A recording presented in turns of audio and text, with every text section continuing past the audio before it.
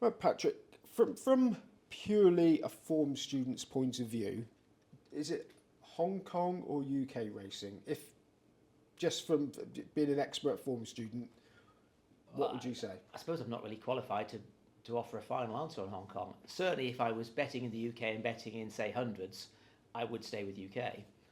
You can still bet, even if bookmakers have told that obviously the exchange is a pretty low margin. I think the minimum margin in Hong Kong is 5 or 6%, and it's a very sophisticated market. So there'd be no reason to go to Hong Kong other than for high stakes. Um, how can I put this? Does deciphering the form in Hong Kong racing need less reading between the lines? Probably a little bit less. I've been on record many times with my objections to the lax way that we enforce the rules of racing in the UK.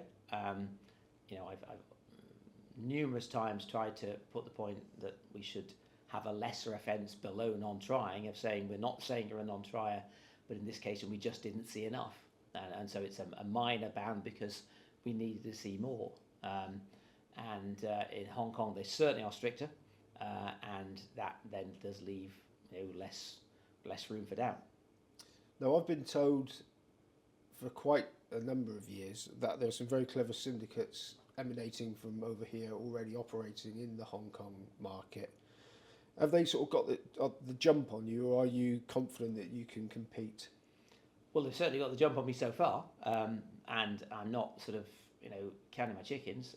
It is a tough market out there, but the syndicates do bet into the UK market, and although liquidity's gone way down even on the exchanges, I'm happy with my margin there. And that's without me doing the videos that I'll have time to do with the much lower number of Hong Kong meetings. So I'm very hopeful, but as you sort of rightly imply, I shouldn't be complacent. Yeah, we'll give it a good go. As I think with the UK margins, I'd be pretty confident, but we'll see how it pans out. Okay, now the betting in Hong Kong is tote pool based. I'm assuming you'd be sort of, it is the amount of public money enough to sustain the apex predator, and it won't just be you, it'll be quite a few apex predators. Well, that's been going on for quite some time. There is a lot of money, public money out there.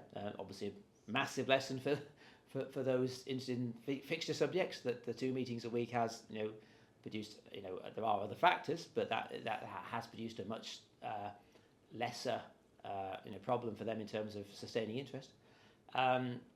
And yeah, so their public turnover is very strong. Yes, there is a danger that it won't be easy for all the syndicates, and I suspect over time there will be some sort of attrition rate there. But I think it's a model that works at the moment. Yeah. Okay, now with all the sharp people concentrating on Hong Kong, isn't it inevitable that quite often you're going to land, the clever people are going to land on the same horses?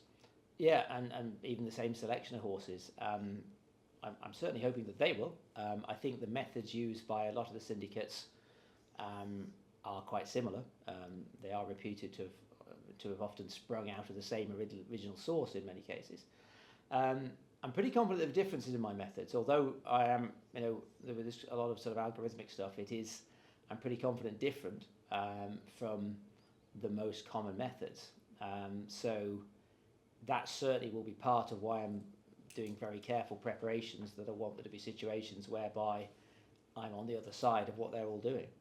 Okay, now are you going to get involved with the exotic bets? Because there are quite a few high. Yeah, yes, for sure, because a lot of the turnover's there. So it would be a big lost opportunity to just focus on the win and place market. Absolutely, the exotics will be a big part of it. Yeah. Is that purely because of the volume of money? Because you'd have thought that most people betting on forecasts and tricasts and stuff over here would be considered, sort of mug bets. Yeah. So both the recreational punters are very keen on exotics in Hong Kong, but as a result, there's a lot of liquidity there. So the pros are very much involved as well. It's a new skill because obviously pricing up whether a horse is likely to win or what the chance of two different horses in the race both making the first three, that sort of thing. It's a different skill, and there's more complexity to the latter. But yeah, it is a big part of the market. So in a situation where you're in a tough market and you want to tread relatively lightly, it makes more sense to spread your stakes across a range of different exotics. Okay, now you probably sort of answered the question, but I want to ask it anyway. Every professional punter I speak to says it's all about value. Even if it's the horse they don't think it's going to win, if it's the value, that's the bet. When you're betting into a tote pool, you've absolutely no idea what price you're going to get, even with the exotics. Yeah. So how do you bet with confidence, knowing that you're going to ultimately get value? Because otherwise, you're never going to win, are you? Yeah, I mean, that certainly makes it harder, but it makes it harder for everyone. And potentially there could be a situation where if everybody else does agree on the same horse, they might be creating value for you in a way they wouldn't have done had they known the price they were taking. So the fact that you might be taking a bad price is true of both you, but also of your opposition. Part of the job there will be to make the most accurate prediction of what factors are going to lead to prices shortening or lengthening, that's certainly that is a big part of the problem. But complexity doesn't necessarily make it worse; it just makes it harder.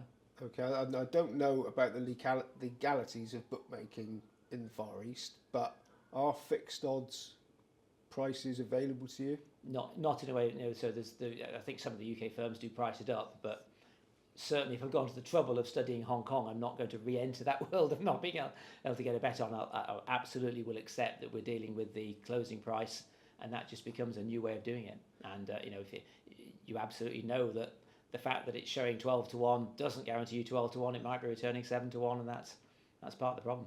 And what about the logistics of betting into a foreign pool? Well, there are various routes in, but essentially it's one big tote pool, that's something that just obviously if you're betting into a lot of different lines on the same race, that's something you need to have organised from a sort of computing point of view. But yeah, there are standard routes for doing that. Yeah. Now, before we go on to my next series of questions here, my head's already spinning with the amount of work that you must be doing. And when we talked last time, you were sort of talking about how you keep fit and your brain active because your body's active. Do you still, where do you find the time to do all this work? Well, I suppose I only need about 6 hours sleep a night, but it's also I just have to be very efficient with my time. I also want plenty of time off. I want time to enjoy life, get outside, as you say, exercise, but also some social time. It's just using it efficiently. So, for example, at the buying yearlings at the October sale, the first sale October 1, most of the work is 1 or more days in advance. So in fact the most expensive yearling I bought for Tony and Ian this year was the last day of the October 1 sale, so the next 2 days were clear.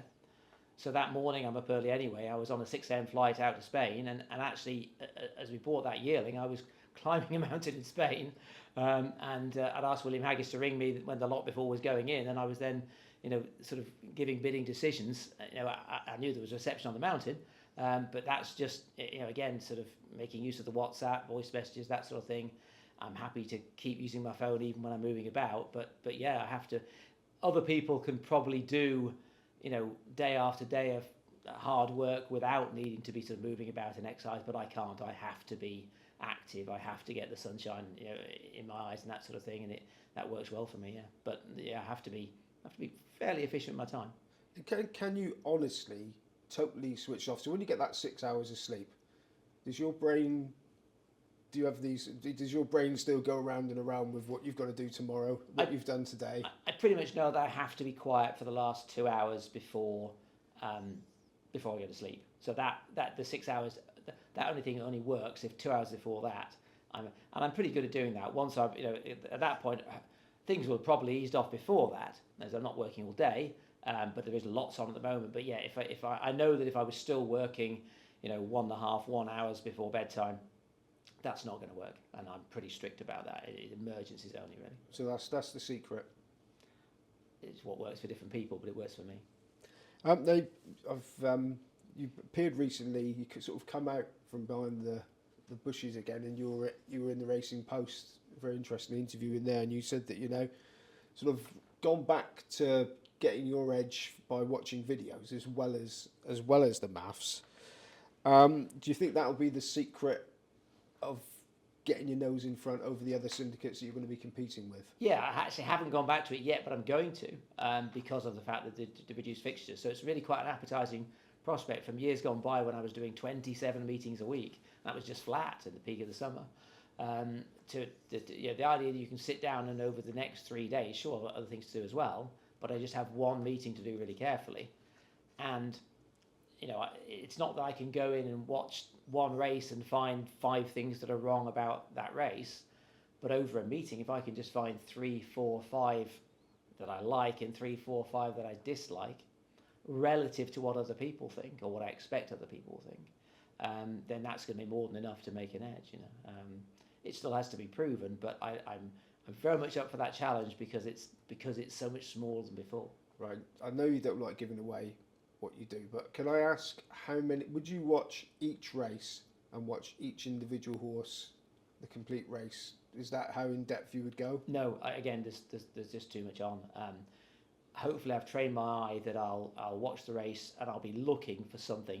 Then may come a point when I find a horse and I want to watch that individual horse 2 or 3 times, but I'll generally be scanning the race for what I'm looking for, and that's part of it. That they do say that some of the syndicates have people watching, as I say, a full watch for every horse, but I'm not.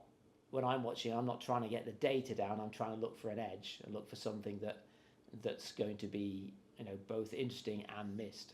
I've got to say, you must be looking a bit forensically because everybody sees when a horse has been unlucky in running or they've snatched up or they missed the break. Yeah. I mean, you're not going to tell us what. Yeah, exactly. But I've certainly, over the years, I've developed things that I look for. But you just, like an interesting thing that I sort of found I could do is that just through having watched so many races, if I were to jump straight to the sort of 1.5 furlongs out, or maybe 2 furlongs out, I probably within 1 second, I can tell with a high certainty whether that was a strong or slow pace or not, just by the speed they're travelling at that point. You just over time you get a very attuned eye, and yeah, I've just got certain. There could be almost anything you see in a race, but there are certain things I look for. Yeah. And with Hong Kong racing, being that it's so uniform, is the time more a powerful tool? Possibly less because it's much more easy to get accurately. So it's certainly going to be a big factor, but the difference between something being a big factor and something being a factor that's going to be sufficiently wrong in the market to be of interest. So sure, I'll have to build it in, but it's not, I wouldn't think, going to be something that's going to be a main deliverer of edge. But if a time was particularly fast, it'd be more trustworthy than it would be if it was in the UK because of all the different. Yeah, very much so. But equally would not get missed. They're not going to miss that.